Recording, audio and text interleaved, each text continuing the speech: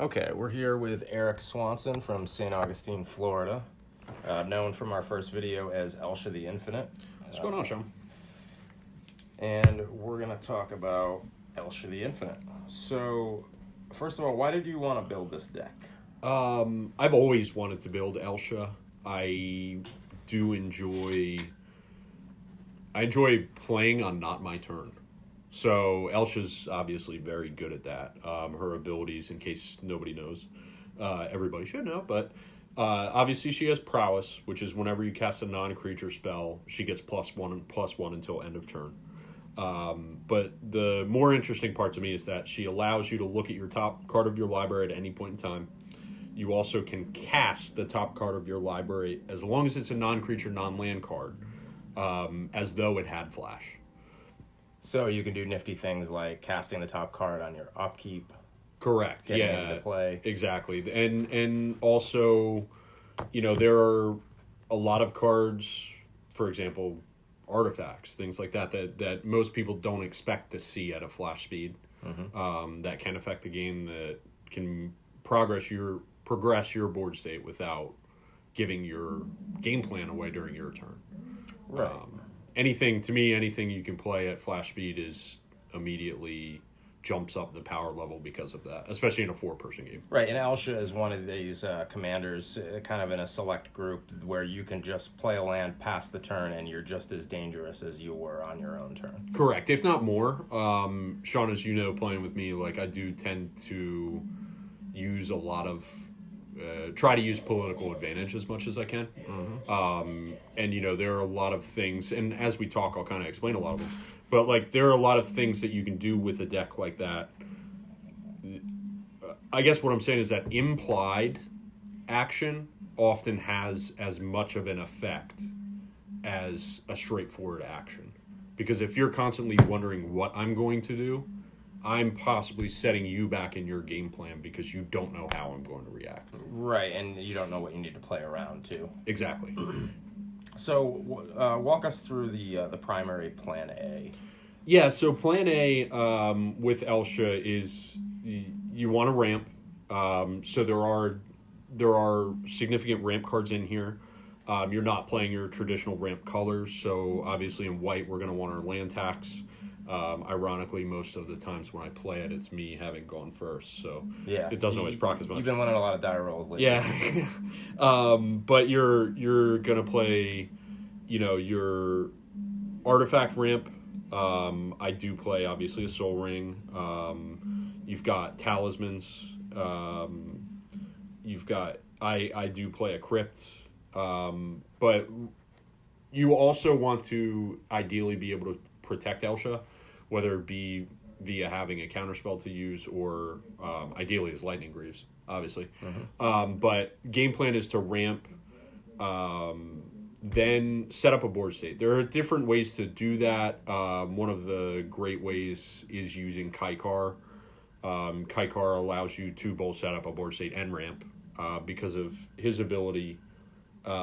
Whenever you cast a non-creature spell, obviously that's going to synthesize with Elsha very well. Yeah. So you're creating tokens, spirit tokens every time you cast something, but then you're also able to sacrifice them for mana.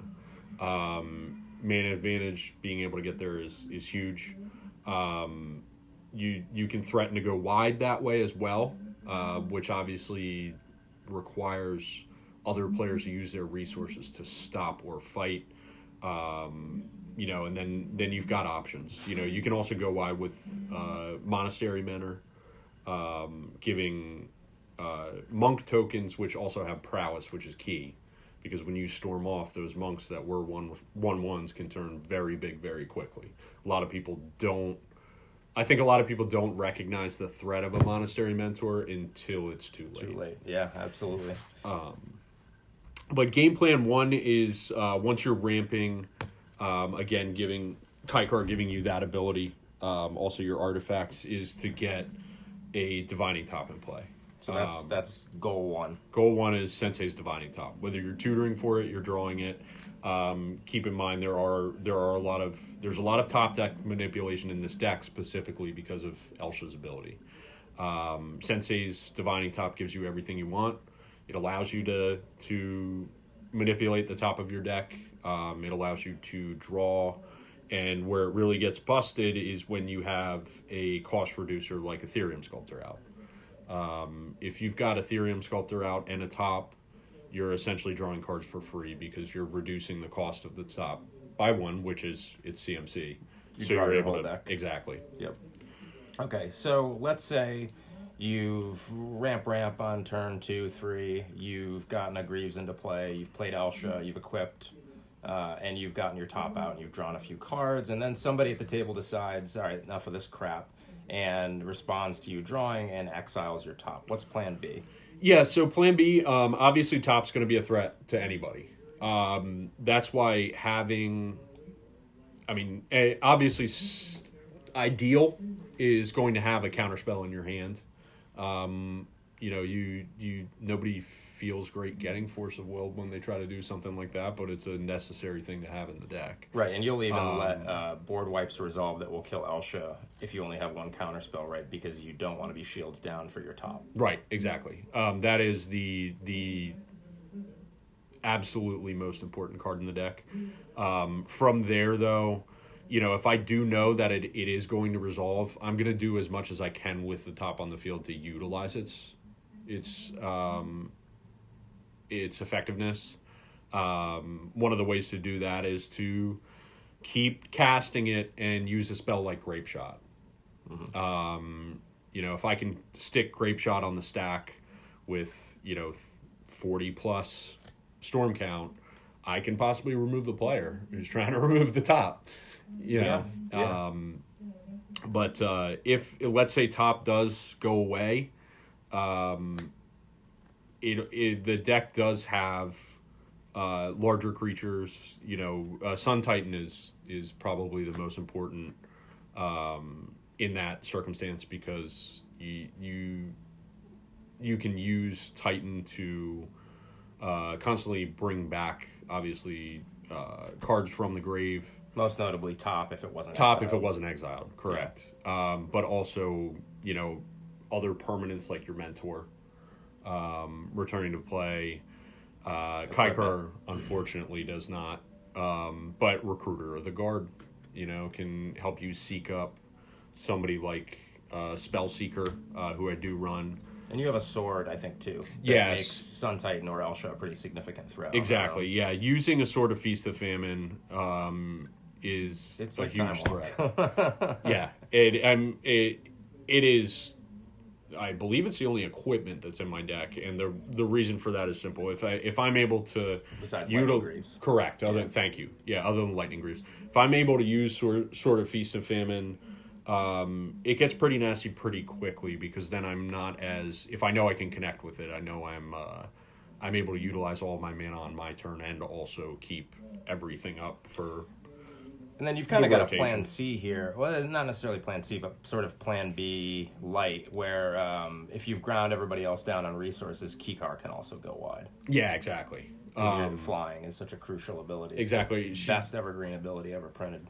Yeah, you've got to have answers for flying, or even 6 tiny birds. Yeah, that's because a lot of times a lot of the work has been done for you, since you're almost always the control deck at the table. Other players have been sort of whittling each other down, which makes your 8/8 Sun Titan that has a sword on him a lot scarier. Yeah, exactly. 1 or 2 hits is going to end the game, because at that point we're in the mid game. Another card that was recently printed that I love, and was one of the reasons why I wanted to finally take the time to put Elsha together, is Whirlwind of Thought. As a 4-cost card, every non-creature spell draws you a card. It is quite good. It is unbelievable. I had it in my budget Shuyun deck, because it's like a 98-cent card or something, so it got under the $1. Yeah, it doesn't even make sense to me that it exists. I think Jeskai Ascendancy is slightly better, but you just play both. Yeah, exactly. Both are in the deck. The untap ability is obviously great. The extra +1/+1 saying double prowess essentially on Elsha is pretty nasty as well. And the optional loop. Yeah, if exactly. you need it with Elsha in play, it gives you more and more. You have a lot of redundancy in this deck. And the looting is The looting isn't blind when you're running Elsha because you know what's on Right. top of your deck. Yeah, that's so key. There's a lot of situations with Jeskai Ascendancy where you're not sure, especially if you're low on cards, you're not sure if you should loot or not. Exactly. But with Elsha, you always know. What are some tips that you would give to players that are new to this kind of a commander deck, Elsha? Sure. So Elsha doesn't play your traditional turn pattern because you're casting anything non-creature with flash. It means that in certain circumstances, you have to pay attention more to phases of turns, but also, like, for example, a good example of that is going to be I play with Braid of Fire. The cumulative upkeep being at, adding an extra red to your mana pool during your upkeep, which means you want to utilize that during your upkeep, so you're filtering the top of your deck prior. So you could use 2 red to cast a mana rock off top or something. Exactly, like and you're essentially doing it top. for free. I mean, you've obviously invested 2 mana into the Braid of Fire. And probably the biggest thing, right, would be getting out of the habit that most commander players have of playing out all their stuff on their turn, using their mana on their turn. If Elsha's in play, you don't need to cast that mana rock now. You can wait. You can pass the turn with all your mana open. Exactly, and paying attention to other people's phases too, right? End step is huge because if you can do something to somebody during their end step and they don't have a response, then it's a way to time walk somebody. Yeah. Especially if they've put a lot of resources into that play. Whether you're bouncing something, whatever it is. So that's, I think in that way, newer players in general probably would have a harder time with a commander like Elsha because it's outside of the box in terms of when you're playing and what you're doing when you're doing it. Yeah. I think Sean, my fiance, the deck that she played was Gruul just turned sideways because I needed to make it as simple as possible. So this is a deck probably not for a beginner to pick up, but maybe an intermediate player and above. Yeah, I would say so, for sure. All right, so your top 3 favorite cards and or interactions in the deck. So, that's a hard one. Favorite cards? Could be a card, could be a couple of cards, the way that they interact. Yeah, I think one of my favorite cards is going to be the Braid of Fire. I think finding a way to utilize that card is just awesome. It can get really nasty if it's not dealt with. Monastery Mentor, simply because, like I was saying before, that card can win you games when people don't realize how busted that card is. It's just a gray ogre on its own. It's a 3-mana 2/2, but it never works out that way. Yeah, exactly. And then I'd probably say Kykar. Yeah, I think Kykar in general, giving you what you want when you want it, whether it's ramp or go wide.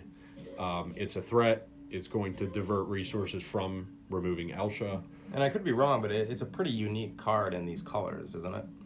Yeah, I think, the only similar ramp style in terms of essentially not even sacrificing. Something that's making flyers and you can sack them. Right, especially at 4 CMC, because in my head, one of my favorite cards that actually isn't in this deck, but is Treasonous Ogre, just because that as well is such a unique option. If it's a turn when you're going to storm off, you can hold it's essentially a mana bank. So you would play the Treasonous Ogre if you were slotting in the Storm package, or no? I probably would. Yeah. It's that valuable. And it's a good blocker, too, to help pillow fort until you're ready to go off. Yeah, exactly. So Monastery Mentor, Kykar, and Braid of Fire. Yeah, Braid of Fire is like you drop it on the table, and the other players don't really know what the end result of that is going to be. So it doesn't draw nearly the hate that some other cards do when they drop. For sure. All right, so moment playing the deck that sticks out the most. I think you mentioned before the interview something about a missed win that you had. Yeah, it was in a game that we were playing, about a couple of weeks ago or so. 3. Yep. I realized one of the ways that I built this deck is that now that I know that it's not an infinite loop, I don't like playing infinite loops. It's just not something that I enjoy. Infinite combos. But one of the ways that I actually could have won a game was I realized that I stopped digging if I had Firebrand Archer in the top 40 cards of my deck.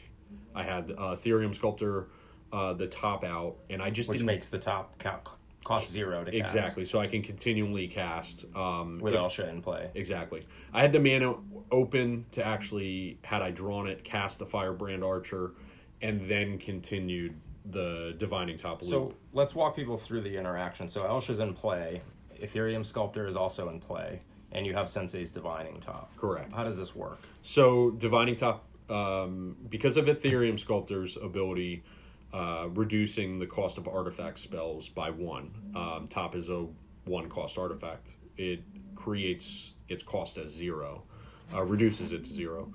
So Top, when you tap it to draw a card, you're then putting the Divining Top on top of your library. Right. Because of Elsha's ability, allowing you to cast non-creature spells with flash, you're then able to constantly pay the 0 to play the top from the top of your deck. And instant speed in case somebody tries to disrupt you mid-combo. Exactly. At which point you're then able to, again, tap, draw a card, put the top back on, essentially allowing you to draw your whole deck. Right, and then you forgot that you had this guy. Correct, a Firebrand Archer, which is 1 in a red for a 2/1. She is a human archer. But the most important part being, whenever you cast a non-creature spell, Firebrand Archer deals 1 damage to each opponent. With her on the field, I can then continue to do the top loop. Each time I'm casting that top, it's doing 1 damage to all 3 of you at the table. So at that point, provided, I think the highest life total at the table was like 38 or something, provided that you find it before you hit 38 cards, it kills the whole table. Correct. It's, assuming nobody can So it is a loop, remove. It's just not an infinite loop. Exactly. Because it requires a little more work. Yeah, and honestly, if I run out of cards, then I can't do that much damage. Right. So, and that was just a mistake of me piloting the deck. Yeah, Firebrand Archer, that's I was looking on EDH I think there's a pretty low percentage of Elsha players that actually run this, and it's surprising because this effect in red is usually contingent on instant or sorceries. Yeah, this one being non-creature, I mean, that's that's the name of the game. All your artifacts are now triggering this too. Exactly. That is why, she stayed in this deck, and things like Gutter Snipe and Electrostatic Field in the package that's currently in here are not in the deck. So that package comes in when it's more of a storm, instant, and sorcery kind of thing, where you have Grape Shot. Exactly. Okay. Yep. Now, what kind of players do you think would enjoy playing this deck the most, and what kind of players do you think should stay away from it? So I think if you want to interact with other people, interact with other board states, if you're not interested in simply slapping cards on the table and turning them sideways, you're going to trend probably towards wanting to play Elsha. I know in a lot of our meta, it seems like we have 2 more interactive players and 2 less interactive players. Right. Me being one of the more interactive players. Yeah. I do play counter spells, not egregiously, but it's something that I think if you're more looking for a longer game, where you can sort of dictate the outcome, it's a good deck to look into. And if you like blue decks that are really customizable, right? Because you've got like 4 or 5 different packages in this other box that can slot into this deck, and decks that are reactive and interactive.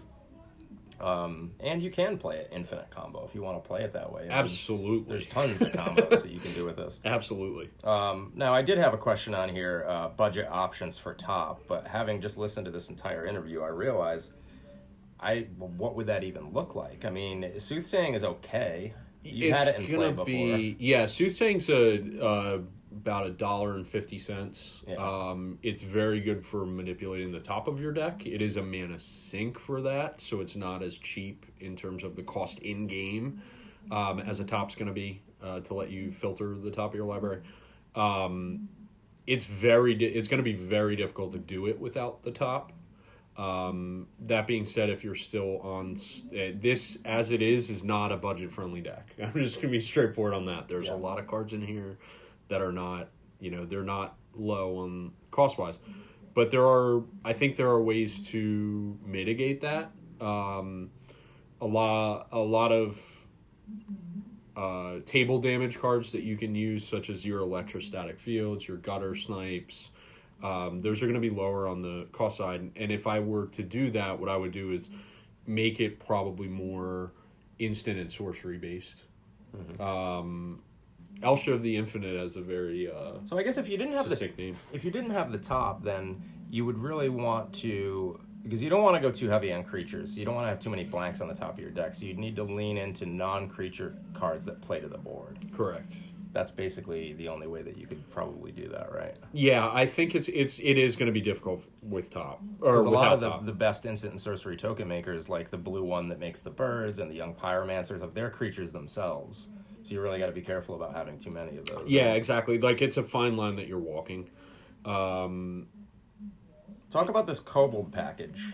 Yeah, so this is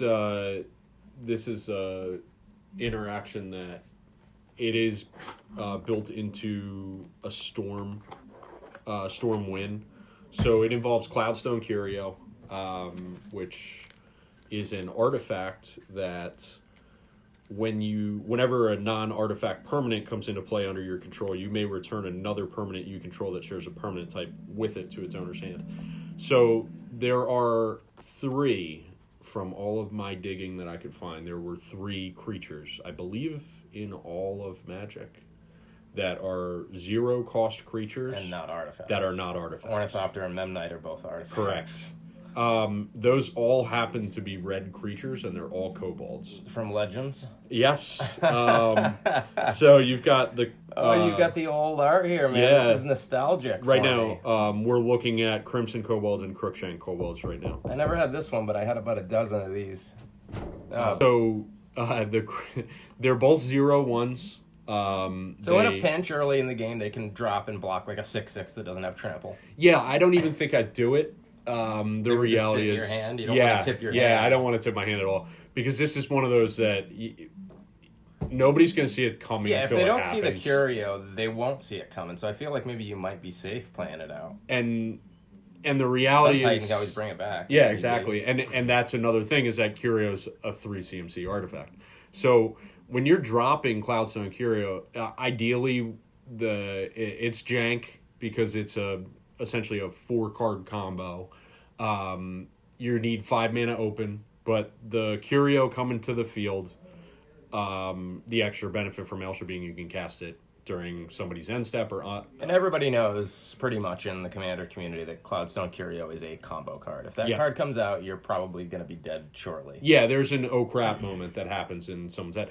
Ideally, I'm doing this on the end step of the person to my right, is when I'm putting Cloudstone, because then I'm able to untap with lands and have your counter spells up to protect your combo. So you can then use, if you haven't found the pieces yet and you assemble top plus Sculptor, you can then just draw your deck, get the combo, and kill them on the spot. Correct, yeah. And these, essentially what's happening is I'm casting the Crimson Kobolds or a Crookshank. Choosing not to return opting on the not, first exactly. One. Declining the May. And then I'm dropping Crookshank or Crimson, whichever one I did in prior. Yep. Bouncing the other back to my hand. 2. And just storming off. 3, yep. And the best part about this is these guys are ridiculous. They're 0/1 creatures. They do nothing. And their art is They outstanding. cost nothing, and they are the ugliest. And how much money are these cards? Like 50 cents a piece? They're a little bit more than that, because they've never been reprinted. Legends. Yeah. But they're maybe $2 cards at most. The hardest part is honestly finding them. You're gonna have to get them online. I've looked in every retail location near us. Yeah. Sitting down with somebody and asking if they've got any Crimson Kobolds in their trade binder is probably going to be a whiff. Yeah, 99. it's Yeah, 99.9% of the time. And so then if you draw Cloudstone Curio earlier in the game, are there any other sort of shenanigans with it? Like, it's not an artifact, right? So you can't do shenanigans with like your mana rocks or anything like that. There is, because there are creatures that I have like Recruiter of the Guard. Oh, okay. With ETBs. Exactly. So if you have a kobold in them, you could do something with that and get a couple extra triggers. Yep. Or, you know, a Spellseeker. Spellseeker. Yep. It doubles up my tutor. I do have Vedalken Orrery in here because redundancy is always good. You know, God forbid Elsha gets removed, but also for one of the, like, similar reason. If there's let's say you're moving to remove my Monastery Mentor, and I've got a Crookshank or a Crimson in my hand, and earlier a combo didn't go off or something happened where I did end up putting the Cloudstone on the field, I can cast Crimson in order to protect them. Oh, with Vedalken Orrery in exactly. play, lets you cast all your spells as though they had flash. Exactly. So it's just an extra, you know, extra safety valve. Or, you know, I can put Elsha back in my hand.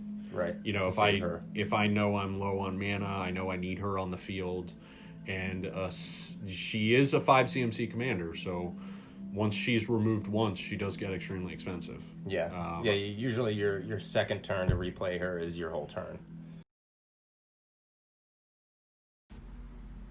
Thanks for watching. If you enjoyed our content, please like and subscribe. We'll see you next time.